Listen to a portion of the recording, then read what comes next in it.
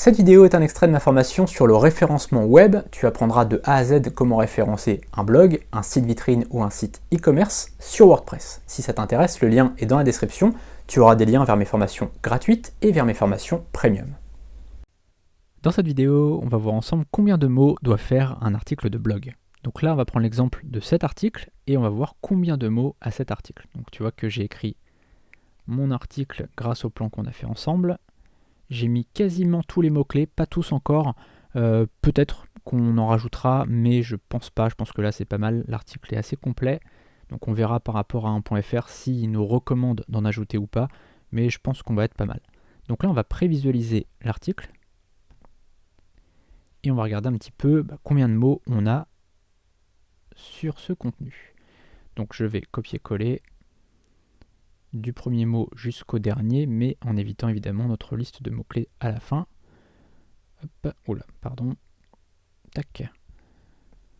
Je copie, donc CTRL-C, et je vais sur le site compteurdelettres.com, où on va sur compteur de mots.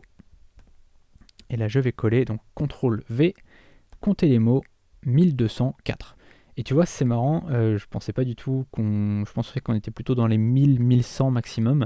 Je pensais pas 1200, et ce qui est marrant, c'est que justement, j'allais te dire que il a été montré, on en a parlé dans le début de cette formation, que la plupart des articles les mieux référencés étaient à 2416 mots. Donc ça, c'était une étude qui avait été faite il y a quelques années maintenant, sur le top 10 de Google, en moyenne, c'était 2416 mots.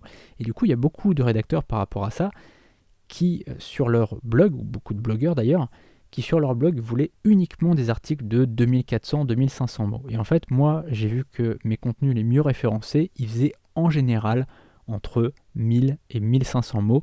J'avais certains articles plus complets qui faisaient 2400-2500 mots et qui n'étaient pas forcément aussi bien référencés. Donc il ne faut pas non plus se prendre la tête par rapport à ça.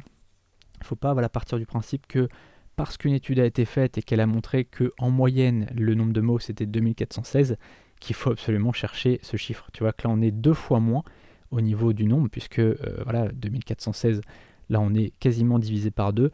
Et malgré ça, je suis quasiment sûr qu'on sera dans quelques mois dans le top 10 de Google. Pourquoi ? Parce qu'il y a tout de réuni. Alors évidemment, ça va prendre plusieurs mois parce que ça prend toujours du temps pour référencer un contenu sur Google, mais il y a tout dedans. Il y a un bon titre, il y a un bon contenu, il y a des mots-clés, donc un champ sémantique qui est riche, il y a des titres. Alors évidemment, là pour l'instant, on n'a pas encore travaillé au niveau de la lisibilité, au niveau des titres, etc. Et donc ça va être dans la suite de la formation. Mais tu vois bien que on a travaillé là-dessus. On a déjà quelque chose quand même d'assez intéressant.